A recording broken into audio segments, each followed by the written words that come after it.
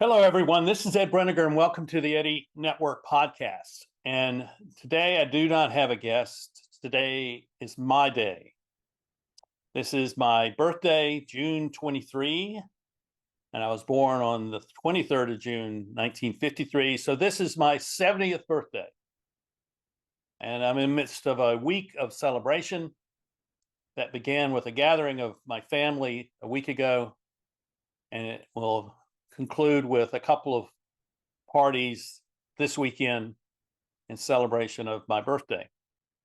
And this is me 70 years ago with my mother standing in the yard of my grandparents, me looking out, the wanderer, the stranger, the adventurer, the discoverer, the friend to all. Who knew that this is the course of my life that would come? And it was my mother, my father, my grandparents on both sides of the family, my sisters and my cousins, all of them contributed to the person that I am today, and I'm grateful for them.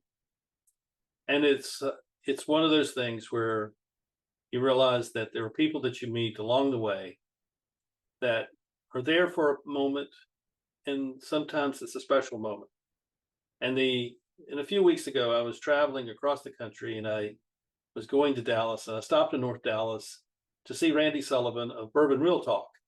We were talking about my birthday, and he says, well, let's celebrate it. And so he pulled out, well, why don't you see what we did?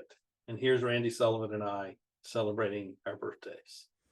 Hello there, Eddie Network podcast. My name's Randy Sullivan. I'm the host of Bourbon Real Talk podcast, where we educate people about whiskey and how to use it to bring people together. And Ed and I met online, and he happened to be traveling through town. I live in North Dallas, and I have, as you can see behind me, about 600 open bottles of whiskey. And I said, why don't you come by for a drink? And one of the things that I really love when drinking with somebody is to share a birth year pour. So that would be a bottle that was either distilled or bottled in the year of your birth. And you're coming up on your 70th, right? My 70th birthday. That's right, Randy. Yeah. And so based on today's date, I'm guessing that you were born in 53? 1953.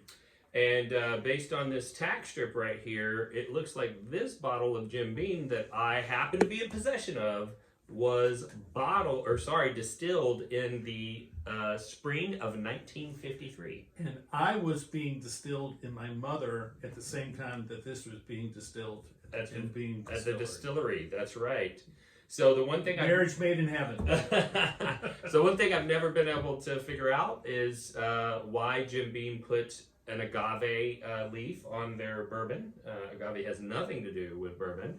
But back during this era, they were having a hard time getting people to buy the whiskey. And they discovered that if they put it in a pretty bottle, some people would buy it as a decoration. I bet the bottles were cheap, and that's why they got it. They spent a little extra money on some of these decanters just to get people to try to collect the series. We call that the Bourbon Dark Ages. But interesting backstory on this bottle that I have that's from your birth year. Yeah. A gentleman had posted online that he was trying to sell vintage bottles of whiskey, which is technically illegal. And 3 different people instantly messaged me and said, hey, you might want to reach out to this guy. He's in your area. He's trying to get rid of bottles. And after I spoke with him, we negotiated a deal where I'd pick up these vintage bottles. And when I went to go pick them up, he told me an interesting story. All right. And he said that the reason why he had all of these vintage bottles of whiskey is his estranged father that he had not really been in contact with very often, because his father was kind of a man of ill repute. He was a police officer in Chicago, and he was crooked. And he also did not drink. And so some of his nefarious contacts would give him gifts of bottles, and he would put them in his basement and never open them. So after his passing, when they were clearing out the house, they found all of these vintage bottles of whiskey, and that's where this one came from. So some street criminal somewhere bought this bottle of whiskey years and years ago, and now here we are drinking it. I congratulate him on being a dry person. A dry person, yes. Yeah. That's not the life for me. Okay, yeah. So I also happen to have a birth year bottle here and it is also in a lovely decanter. I was born in 1978, and this bottle was bottled in 78, but was distilled in 66. And the interesting thing about my decanter is that there's no way to get whiskey out of it without making a big old mess, because it's got this basin. And Interesting. I'm not very smart. And the first couple times I tried to pour whiskey out of this, I made a big mess. And then one day I discovered that I can put my wine pourer in the bottle, and it works just fine. So what about a straw? you could drink out of a straw. It would certainly affect the drinking experience, though. But I've Yeah. figured out if I hold this like so, I can get a little bit of a birthier pour for myself. Right. And ironically, I was able to find two of this exact same bottle, and so I have a backup of this one. So Shall I? You shall. Yeah, go ahead. There you go. All right. Well, fans, Eddie Network followers, and Bourbon Real Talk followers, you need to celebrate your birthdays. You may be embarrassed by what age you are. Maybe you're too young or too old or whatever you mean.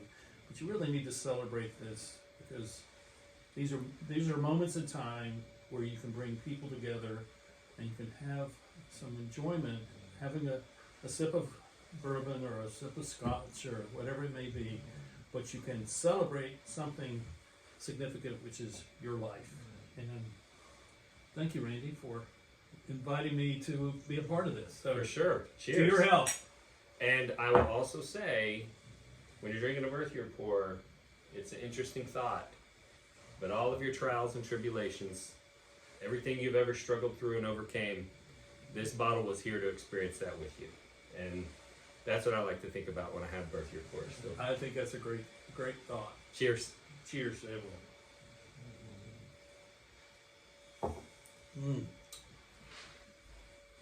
Very nice. Thank you. And I'm not one to normally celebrate that, because I don't really like that kind of attention. But I think this is necessary, because I think it's a point in time where it's worth stopping and standing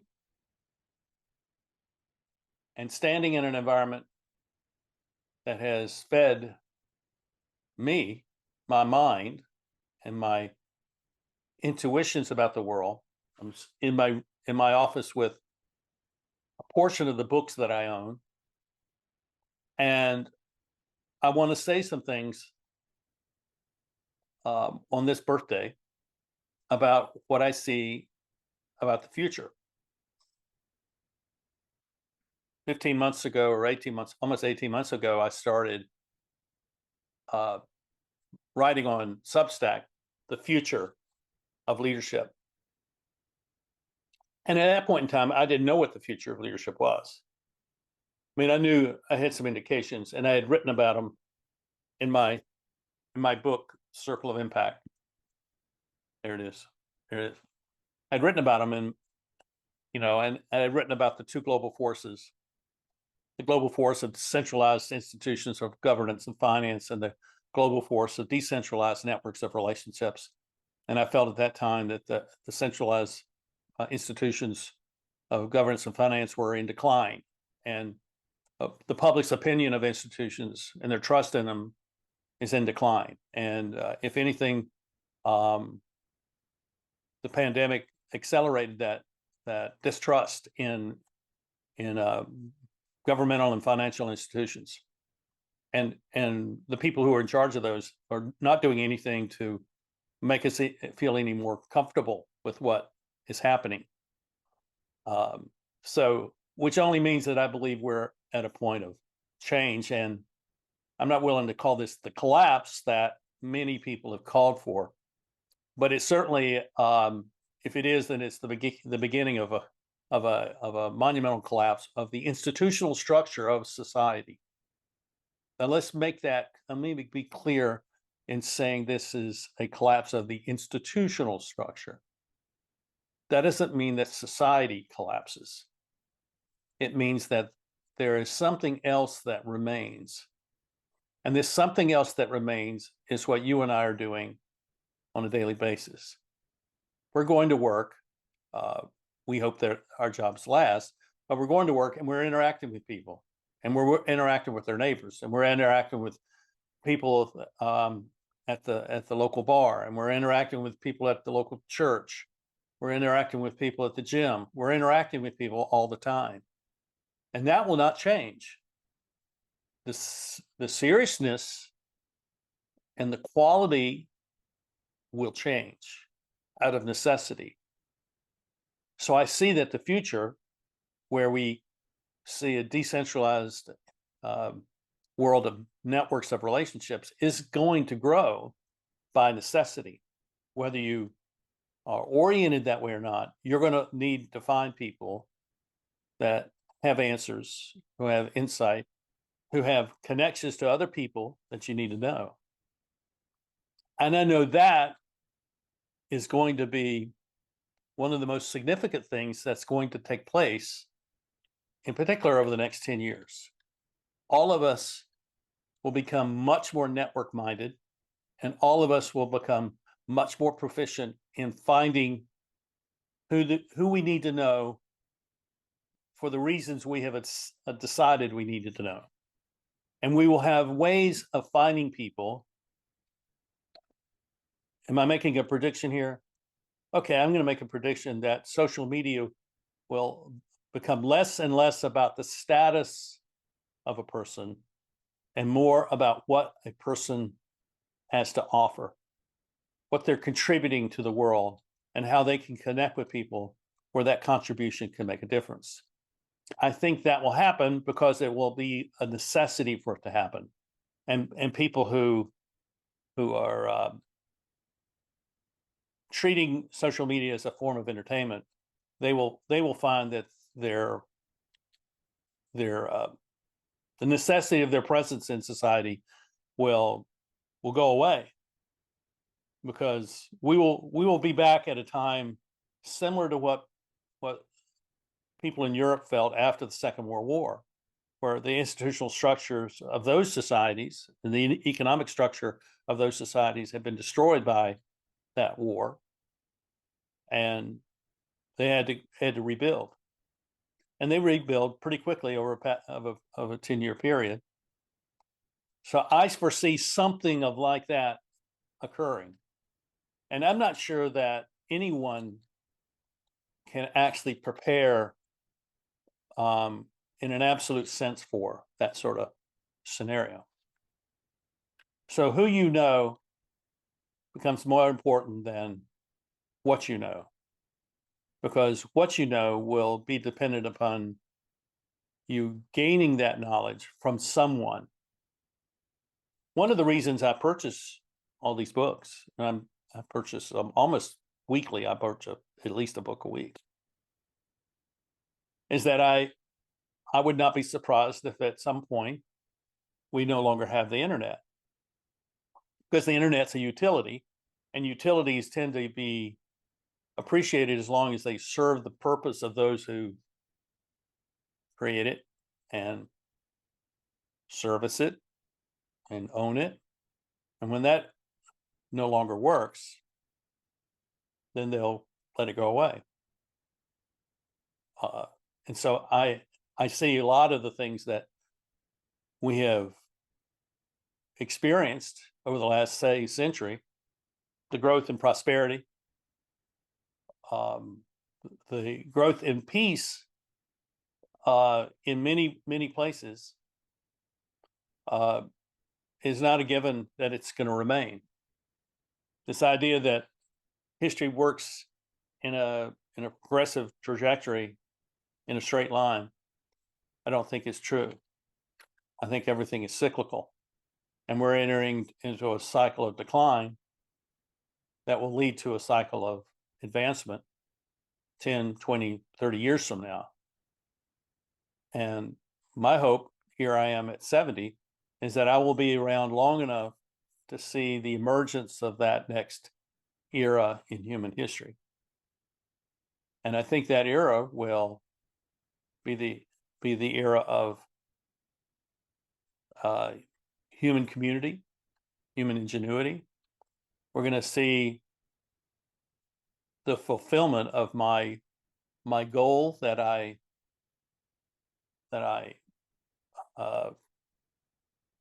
expressed in the Circle of Impact, my book, where I said that my goal was to move 1% of the world's population to take personal initiative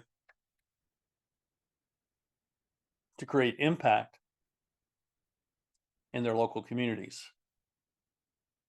And I believe that if you are worried about the future, then what you need to do is focus on your local community, not focus on what's going on globally, but focus on your local community, build those relationships, build strengthen those relationships, build conversation about the future as a community.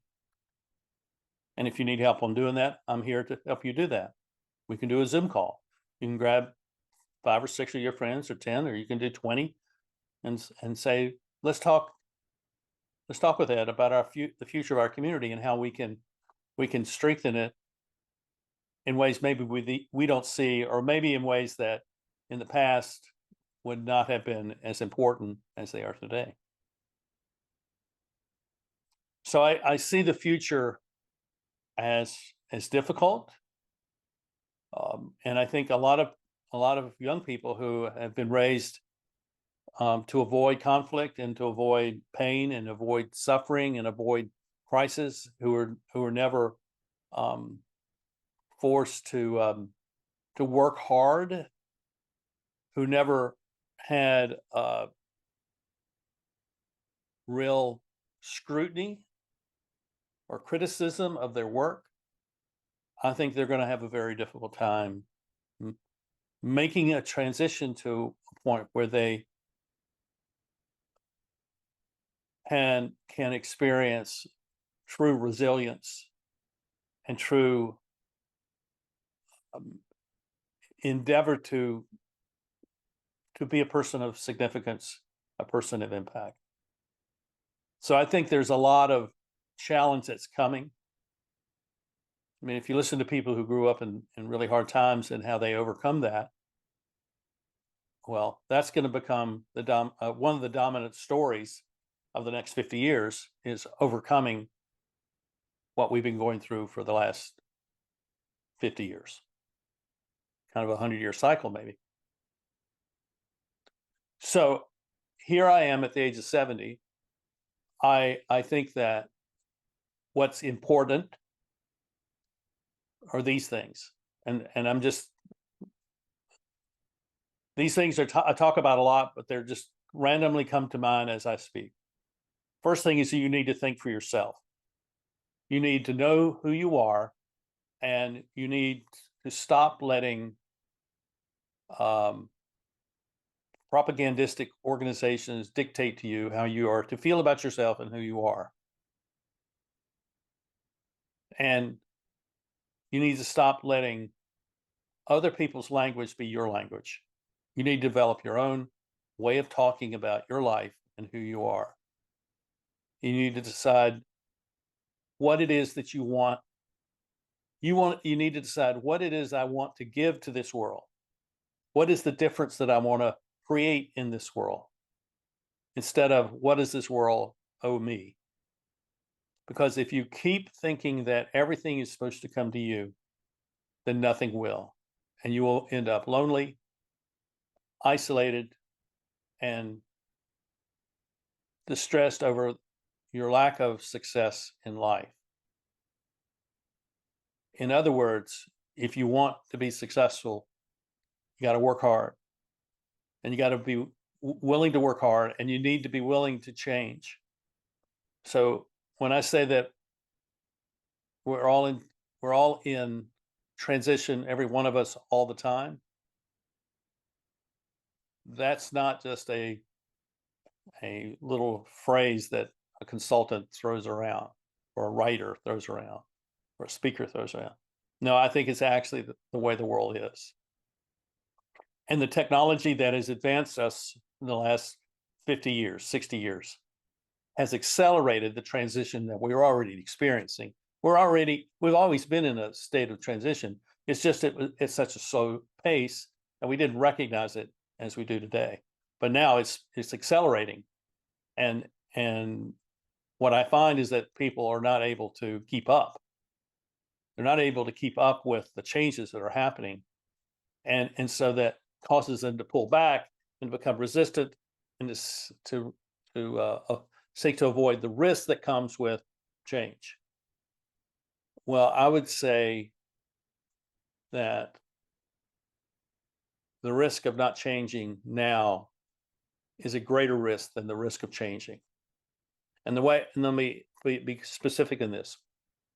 If you are willing to change, willing to go through a transition, and you're willing not to think of that as, okay, I'm going to make this transition and I'm done. No, I'm going to see that this era of transition, this time of transition, is going to cause me to be constantly changing and constantly doing something new, constantly learning something new, constantly coming into new relationships, and also constantly seeing many relationships fade away because they're not in sync with me, and I'm not in sync with them. And so we keep changing, and I can tell you here right now, my plan is to live to 105. My family genetics would say that's a possibility. My mother has 3 sisters that are in their 90s. Both my grandfathers lived into their 90s. And so I'm planning to live to 105. I'm planning to work, to write until I'm 100.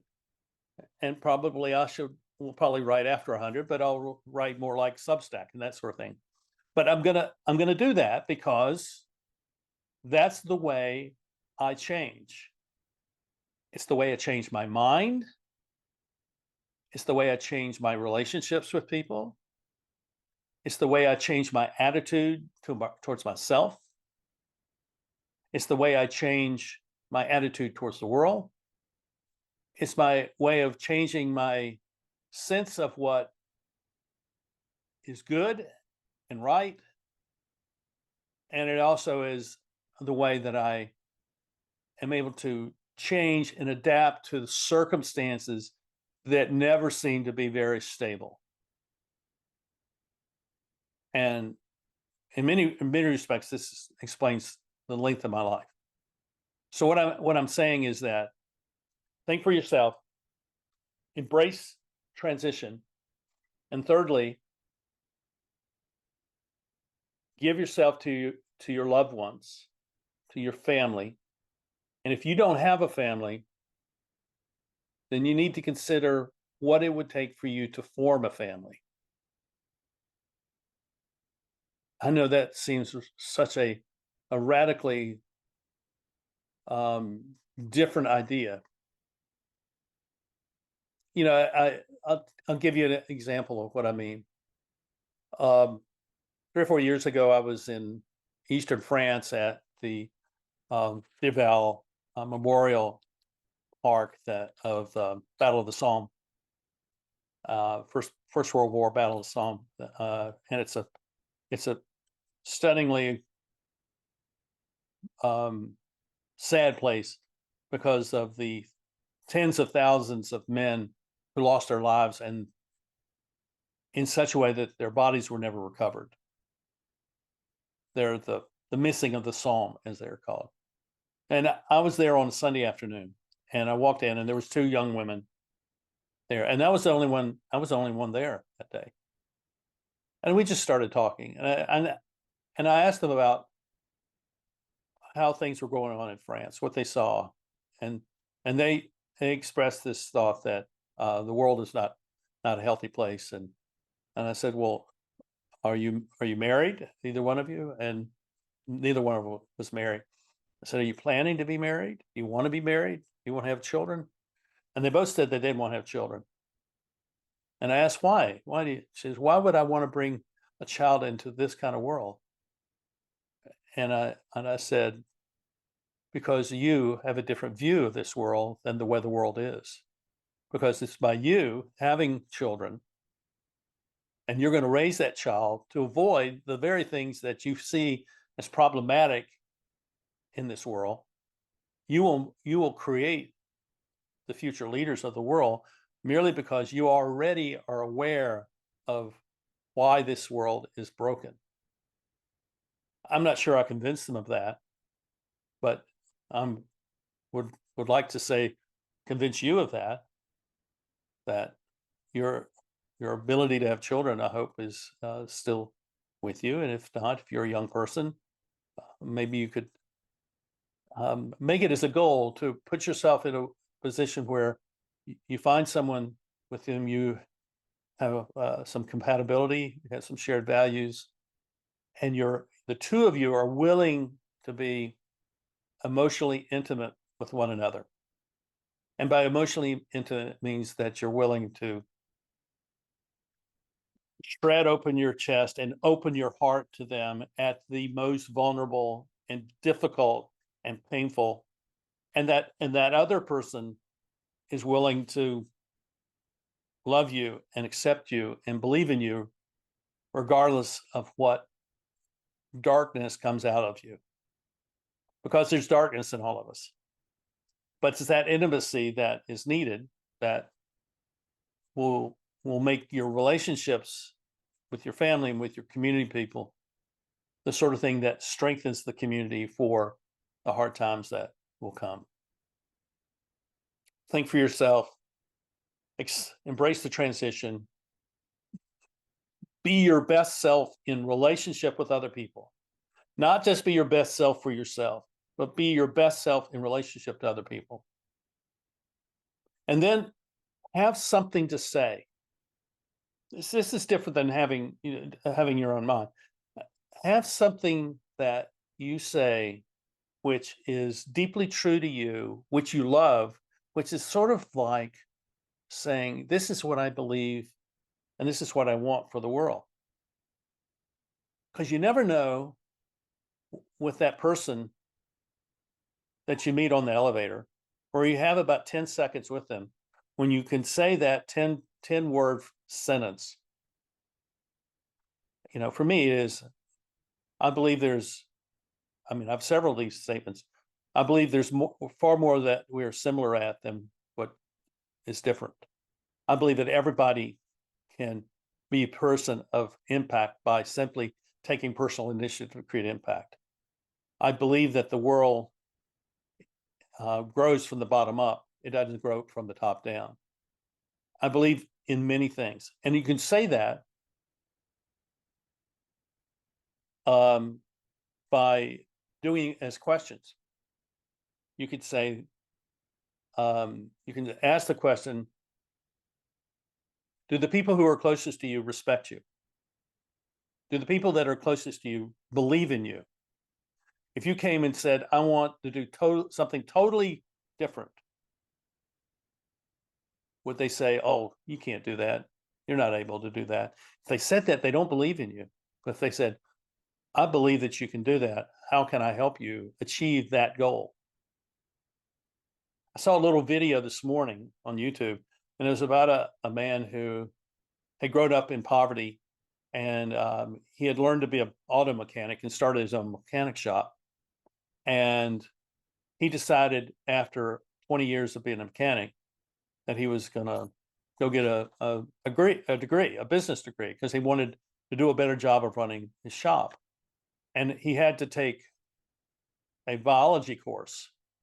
When he was a child, he had the desire to be a physician, but he was poor and he didn't have the opportunity to go to college. And so here he was 20 years later as a businessman, taking getting a business degree and having to take a biology course. And he realized his true love was to be a physician.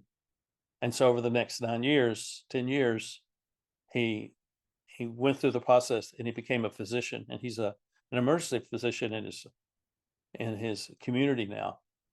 And that story started because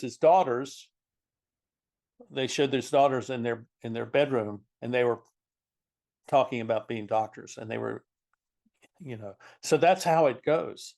So he didn't have anyone to believe in him until he had to believe in himself over every other obstacle. Now his daughters, because he believes in them, I'm certain they will become doctors, and they'll be great at being doctors because he believed in them.